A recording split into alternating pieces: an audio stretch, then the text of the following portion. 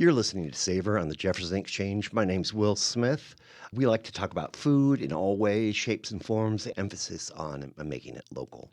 I wanted to have this young lady with me for several years from Rogue Food Unites, Wendy Connor, Director of Logistics. Welcome. Thank you, Will. Happy to be here. So as I remember, 2020 was a dismal year here in the Valley. I think starting with the Almeda Fire, and then, of course, shortly thereafter, we all shut down for COVID. I was always super impressed by the immediate response of our local restaurateurs and produce people. And do you want to talk a little bit about, how you came to Rogue Food Unites, and then we can start talking about really how it was created. Okay, sure. I was, as most people were, laid off from my job during COVID. And so when the Labor Day fires hit in September of 2020, many people jumped in with different volunteer opportunities. And a friend of mine let me know about Rogue Food Unites, who was delivering hot meals to folks who were in the burn scar areas of Phoenix, Talent, a little bit of Ashland, and then different drop points around the valley. And so I immediately connected with the organization to do the same. I love the organization because you guys are still morphing, but really, I think the listeners would be interested in how it sort of began. Right. It was sort of born out of those dual disasters. We had a couple of co-founders who were involved had a lot of restaurant connections in the area and just saw the need and just kind of jumped in. Obviously, restaurants, vendors, farms, things were rather quiet. And they jumped in. We came and helped to deliver these meals, work with these restaurants, and create these hot meals that the state then reimbursed us for. We came in. And, I can't exactly remember the sequence of events, but talk about a perfect storm. You have this major disaster locally, and then an international disaster shortly thereafter. So the thing that's interesting to me is the restaurants were sort of going dormant because of COVID, which allowed the opportunity to step in and do this other work. Right. It was really kind of serendipitous in that way. Yes. And I think that it was a way for restaurants to kind of stay afloat with money coming in from the state, to be able to use what was in their freezers and to be able to continue to cook and keep people employed, right? Sure. Yeah. And then how was the cooking being done on premise, or were you actually utilizing the restaurants to package things up? The restaurants were doing all the cooking, yes. Okay. Mm-hmm. That's amazing. Yeah, and then we had this whole volunteer team, which was fantastic, where the restaurants would deliver hot meals. We had nutritional specs, we had packaging specs, et cetera, that we asked each restaurant to comply with, and they would deliver to a drop site in Talent. All the volunteers would show up, we'd get these lists, and we would just go out into the rural regions to deliver door to door. Amazing. It was great. It's like, I was always very, in awe of all of that. Like, you didn't lose a moment, really. Just were on it. I mean, it was just the right set of circumstances, sort of at the wrong time, but in a way, everything just flowed really smoothly, and we were. And then, so for the victims of the fire that had nowhere to go, how did that work to connect with where they actually were residing or staying? Yeah, a lot of, as we all know, a lot of folks had to move out of the area. Some people bunked with family members or moved farther afield, up the valley. So we just kind of worked with state organizations who were gathering information for folks who were still around. And we just got those lists and, showed up at their door with hot meals. So great. And then as that time period kind of grew, I think all of us were surprised at, I still know people who are in a bad situation. Oh, yeah. So it continues, and we're how many years out? Yeah, we're 5 years out, and I think that's a real misnomer for, there's sort of a perceived expectation that, oh, we're 1 or 2 years out, everybody should be groovy and, Right. in their own places, and that's not the case. No, and also I think that idea that people move on to the next thing, Yeah, which is the scary thing right, if you're left behind. right.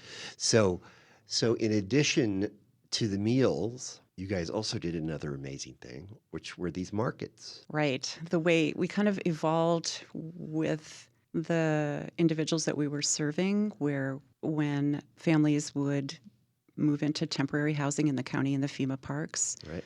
we then kind of pivoted from the hot meals to creating these provision boxes, which contained roughly 21 meals of non-perishable, all organic items, along with local produce from Fry Family Farm. We had restaurants making soups for us. We had a wonderful woman who made spiced peach jam with donations from Rolling Hills Farm. So we included those in the boxes, and then we delivered those to the 7 county and FEMA parks where these families were housed. And then as more stable, more permanent housing became available and people were moving out of the county and FEMA parks, we then pivoted to these no-cost, no-barrier mobile farmers markets that we've been running since October of 2022. Yes, when I spoke to you a couple weeks ago, I was shocked that you guys were still doing that. Yeah.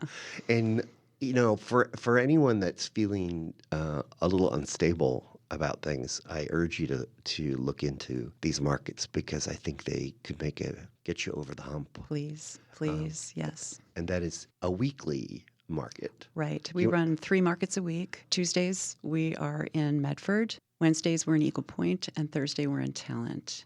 And they're 2-hour markets. And we have a team of fantastic volunteers with a couple of staff. We show up, we put our tables up, canopies. We have beautiful tablecloths and baskets full. We play music. It's very festive. And it's really designed to connect the community and let people know that we are still here and we are not going away. Yeah.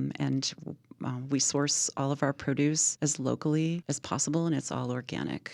Everyone, you're listening to Savor on the Jefferson Exchange. I'm Will Smith, and my guest today is Wendy Connor, Director of Logistics at Rogue Food Unites. Thank you for being here again. I'm so happy. Thanks. So, in addition, and this is the part that I was super interested in, because of your connection with state and your fantastic job that you've done down here and over the past few years, there's a new angle to your organization. And I find this to be really interesting. Right. In addition to the programs that we've already spoken about, we are developing a line of freeze-dried meals ready to eat.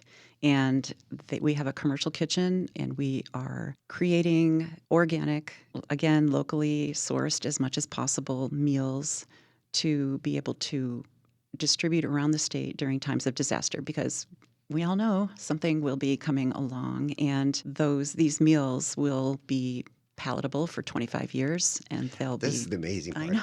So it's like those hiking Right. dehydrated meals. You Right. get. It's like a backpacking meal. Yeah. And in times of trauma, our packaging is beautiful. We'll have, it's all organic and look beautiful and taste delicious. And we are partnering with some restaurants up in the Portland metro region and around the state for them to provide us with recipes, where our in-house team then creates those recipes in-house. We do a tasting. We then send those meals up to the Food Innovation Center up in Portland, and they do all those sciencey things Right. to make sure that the nutritional content is what it is, et cetera.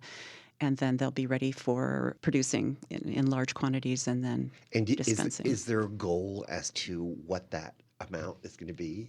No, we hope not. I mean, I think those are such needed items, and the other pieces will co-brand with these restaurants so they can sell them at their establishments. And yeah, the hope is. And they could be used for hiking as well. Oh, absolutely. Yep.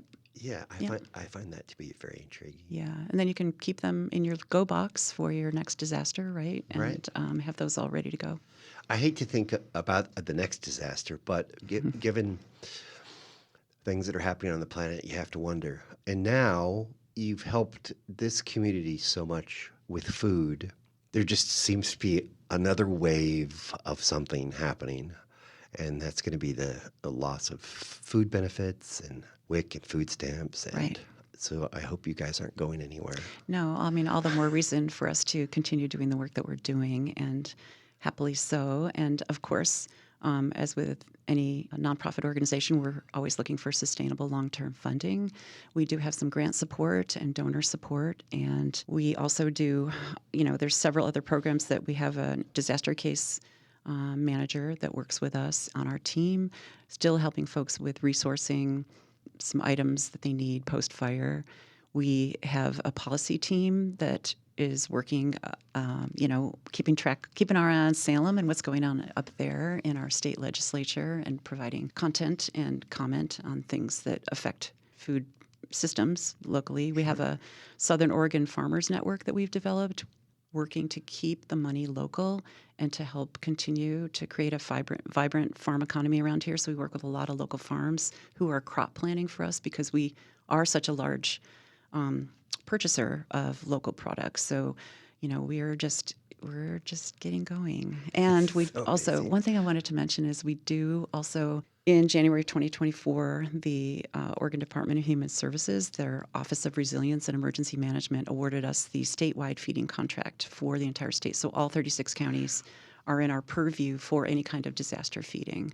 So we will, for example, 2 weeks after we got that contract, there was the ice storm up in the Portland metro region and kind of down I-5.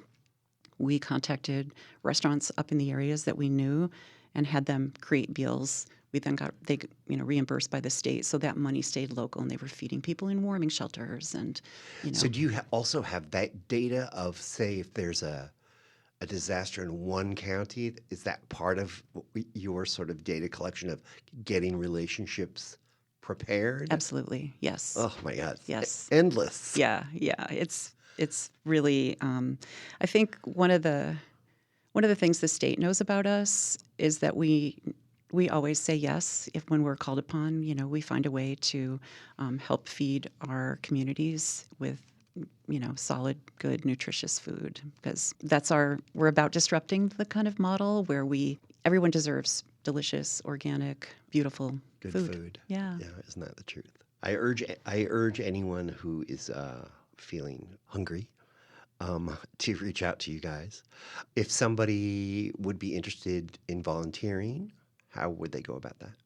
We would open that door wide and say, "Come on in." We have on our website, there's a little button to hit for becoming involved in volunteering, and we have a tremendous And amount. you don't have to have a food background. You don't have to. No, Yeah. you just have to be willing to. We have volunteers that help us with our food prep, because we do some food prep in the kitchen area to be able to, prep for these meals ready to eat. And also we have a kind of an outreach tool in our food truck. So sometimes we're out in the community with the different aligned events. Sweet. And speaking of events, you have anything coming up that you'd like to Gosh, talk about for the end of the year here? we were just at Talent Harvest Market last week, and this week we'll be up at Upper Five at their wine release party with our food truck. Oh, fun. And yeah, I would say, with the decline with SNAP benefits, the need is only increasing, and the need for volunteers